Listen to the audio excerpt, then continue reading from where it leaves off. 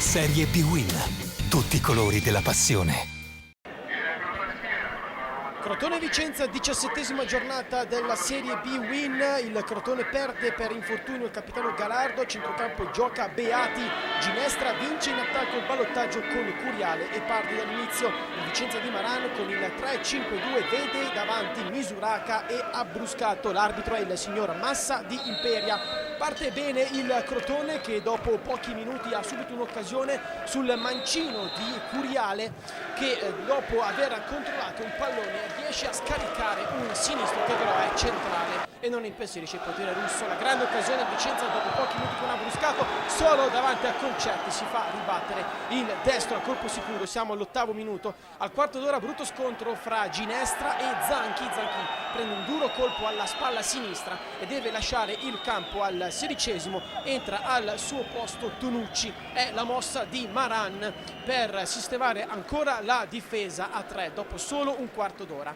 Al minuto 21 si rifà avanti ancora il Crotone con un calcio d'angolo battuto dalla destra, sempre con il mancino di Cutolo, e qui Russo deve intervenire con i pugni per rimettere la palla in corner. Al 35° è ancora avanti il Crotone con ancora un calcio d'angolo di Cutolo, Tedeschi sfiora e poi arriva il salvataggio sulla linea con la palla che sbatte sulla traversa e è Soligo a salvare sulla linea il vantaggio del Crotone. Al minuto 41 cross di Soligo dalla destra, Botta controlla e ha un'idea per Abbruscato, destro al volo e palo pieno per l'attaccante del Vicenza. Passano però pochi secondi e sul cross di Gavazzi l'azione sta proseguendo, cross di Gavazzi dalla sinistra, Misuraka prolunga in spaccata, è proprio Abbruscato a intervenire, a mandare fuori il tempo Concetti. Il Vicenza è in vantaggio al minuto 41, 7° gol stagionale di Abbruscato, addirittura il 3° consecutivo per l'ex attaccante del Torino. Nemmeno tempo di festeggiare però, mentre rivediamo ancora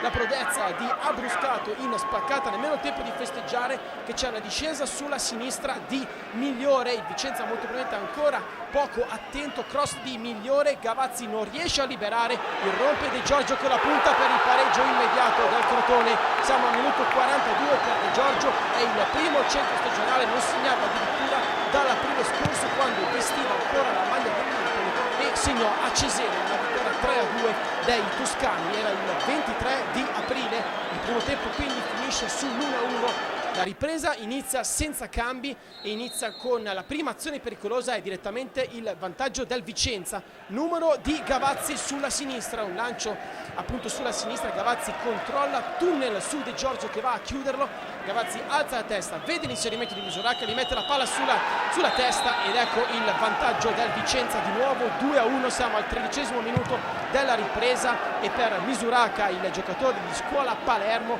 è il primo gol tra i professionisti. Abruzzese lo perde in marcatura, non sono perfetti i giocatori del Crotone e il Vicenza passa al minuto 13. Melchini deve guardarsi in panchina per risistemare la partita, siamo al minuto 17. Tra gli altri entra anche Curiale che prende il posto proprio di De Giorgio, l'autore del momentaneo pareggio del Crotone. Vedremo che poi Curiale sarà protagonista. Al minuto 26 girata appunto di Curiale che non trova lo specchio della porta dal limite, ma Curiale per questa piccola ingenuità su Botta si fa espellere al 39° della ripresa e resta invece il Crotone nel finale. Non cambia poi più nulla, finisce qui Crotone 1 Vicenza 2 allo Scida.